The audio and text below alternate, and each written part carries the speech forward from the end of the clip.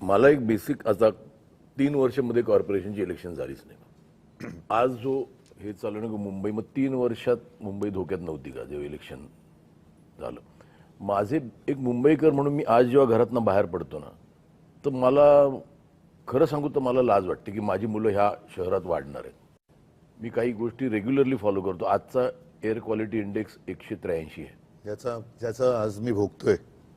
एक फुगा असतो की ज्याची कॅपॅसिटी आपण म्हणतो की तो एक पर्टिक्युलर याच्यात तो फुटेल. तर जवळजवळ ह्या एका फुग्यात जवळजवळ त्याच्या 5 पट हवा भरलेली गेलेली आहे. माझा एक प्रॉब्लेम आहे की मुंबई डिकंजेस्ट कधी होणार. म्हणजे मी आता बाहेरचे लोंढे बोलतच नाही. एक मुद्दा सांगतो, विचारतो तुम्हाला. तुम्ही इतके वर्ष मुंबईत राहतायत. माझा आणि राजचा जन्म मुंबईतला आहे. आज जेवढं प्रदूषण दिसतंय, हवेचा जो काही निर्देशांक वगैरे म्हणतोय प्रदूषणाचा, हा एवढा खराब कधी झाला होता का? ह्याचं कारण असं की आता यांची जी काय होर्डिंग्स लागलेत, विकासाची गती नाहीये, यांची विनाशाची गती आहे. नियोजन शून्य विकास हे याचं कारण आहे. कारण तुम्ही जे म्हणताय ना, एक तर आओ जाओ घर तुम्हाला इथूनच पहिली सुरुवात होते. त्याच्यानंतर साधारणतः आपल्याला नेमकं आज हवंय काय? आज जर का तुम्ही पाहिलं तर सगळीकडे रस्ते खोदलेत, जिथे जाऊ तिकडे रस्ते खोदलेत, मोठमोठ्या इमारती उभ्या राहिलेल्या आहेत. विकासाच्या नावाने मेट्रो असेल, काही ठिकाणी पूल असेल, हवेत. पण ते एका वेळेला सगळं तुम्ही काढलंय आणि त्यावेळेला मुंबईच्या खर्चाचा ताळमेळ हा बसवला गेला पाहिजे. मी मुंबईकर म्हणून मी तुम्ही म्हणतो, आपण सगळेच मुंबईकर आहोत. तुम्ही जो कर भरता त्याच्या समोर तुम्हाला काय मिळतं? प्रदूषण. म्हणजे विकास तुमच्याकडे काय फार मोठा रस्ता आम्ही छान केलाय, सरळ तुमच्या घरापासून हॉस्पिटलमध्ये जातो रस्ता, याला मी विकास नाही म्हणत. हॉस्पिटल कमीत कमी असणं आणि आयुष्य चांगलं असणं हा विकास पाहिजे. माझं तर म्हणणं विकास नको आता. नाही, ही मानसिकता का झाली? कारण नियोजन शून्य विकास. आम्ही सुद्धा आज आमची जी होर्डिंग लागलेत, मी 12 पासून लावतोय होर्डिंग. होय, हे आम्ही केलं आणि त्याच्याबद्दल मला अभिमान आहे आणि मला असं वाटतं मुंबईकरांना अभिमान आहे. मग त्याच्यामध्ये शाळेचा दर्जा असेल, पाण्याचा दर्जा असेल, किंवा आता कोस्टल रोड झालेला आहे. कोस्टल रोड सुद्धा आपण केलेला आहे. पण वाटेल तिकडे, जसं आता मी कलानगरला राहतोय, वेडेवाकडे उड्डाण पूल, आता तिकडे आणखीन एक वॉकर ब्रिज करतायत. कोणासाठी करतायत? कशासाठी करतायत? आणि संपूर्ण धुळीचं आणि सिमेंटचे कण आपल्या फुफ्फुसामध्ये जात आहेत. मी तेच म्हणतो की आता विकास करण्यासाठी जागा नाही राहिली मुंबईला. म्हणजे कार्बन डायऑक्साईडचं प्रमाण 1 किलोमीटर मागे Mumbai is the highest in the world. म्हणजे आपण जो श्वास घेतो त्याच्यातनं आपण कार्बन ऑक्सिजन. याचं मूळ कारण असं आहे की एक तर चाललेल्या काय ज्याला विकासाच्या नावाखाली ज्या काही गोष्टी सुरू आहेत त्या, आणि दुसरं म्हणजे मुंबईमध्ये, ठाण्यामध्ये, पनवेलमध्ये, नवी मुंबईमध्ये तुम्ही जर सगळीकडे आपण जर गेलो, प्रचंड मोठ्या प्रमाणावरती रिडेव्हलपमेंट सुरू आहेत. झाडं तोडतायत, झाडं तुटतायत, रिडेव्हलपमेंट सुरू आहे, डोंगर कापतायत.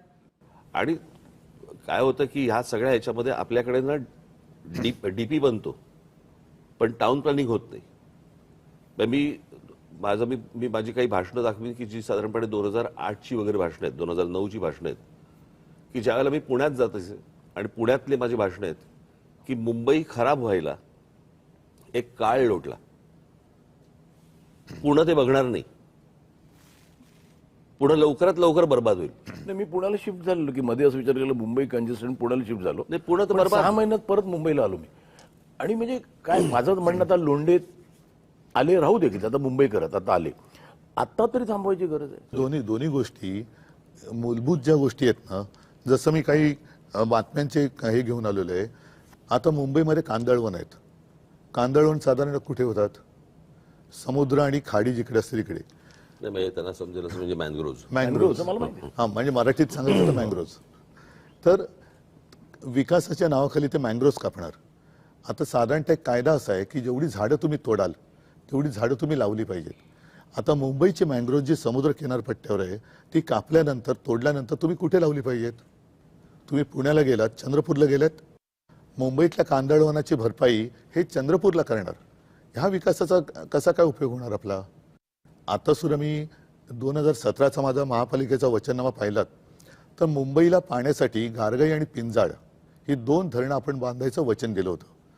कर्मधर्म संयोगाने मी मुख्यमंत्री झालो आणि म्हटलं आता दिलेलं वचन पाळलं पाहिजे म्हणून मी त्याचं प्रेझेंटेशन घेतलं. तेव्हा माझ्या लक्षात एक धक्कादायक गोष्ट आली की गारगाई आणि पिंजाळ करायचं असेल तर जवळपास 6-1 लाख झाडं कापावी लागतील. म्हणजे जंगल पूर्ण नामशेष करायचं. साधारणतः ज्याला कॅचमेंट एरिया म्हणतो तिकडे हा सगळा पाऊस पडतो, तो एरिया तुम्ही नष्ट करणार म्हणजे पर्यावरण खतम करणार. आता ते खतम केल्यानंतर जो काही खर्च होणार तो खर्च केल्यानंतर आपण पुन्हा पावसावरती अवलंबून राहणार. परत तेही पाणी आपल्याला उद्या जाऊन कमी पडणार, कारण तुम्ही म्हणता तसं दुसऱ्या बाजूनी लोंढे येतच राहणार. त्याला पर्याय म्हणून आम्ही समुद्राचं पाणी हे पिण्यायोग्य करण्याचा प्लांट मी मुख्यमंत्री असताना पायलट प्रोजेक्टला गो हेड दिला होता. आणि हा पायलट प्रोजेक्ट आत्ता कालच्या डिसेंबरमध्ये पूर्ण झाला असता. त्या पायलट प्रोजेक्टमधनं आज तानसातनं जेवढं पाणी दर दिवशी मिळतं 400 MLD तेवढं पाणी आपल्याला मुंबईकरांना त्या समुद्रापासून कालच्या डिसेंबरमध्ये उपलब्ध झालं असतं. त्यांनी तो प्लांट बाजूला टाकला आणि कॉन्ट्रॅक्टरसाठी परत एकदा गारगाई पिंजाळला हात घातला. आरेच्या जंगलाला मी संरक्षण दिलं होतं मेट्रोच्यासाठी. अरे मी पण केलं ना, मेट्रोचं लोकार्पण मी पण केलं, मेट्रो 2चं. माझं म्हणजे म्हणणं होतं म्हणजे सरकारचं की तुम्हाला कारशेडसाठी आरेचं जंगल कापण्याची गरज नाही, कांजूर मार्गला होऊ शकतं. आता याने काय केलं, हट्टापायी आरेचं जंगल मारलंच प्लस कांजूर मार्गला करतात. कशासाठी करता हे? उद्धव साहेब म्हणजे दोन्हीकडे नाही, माझं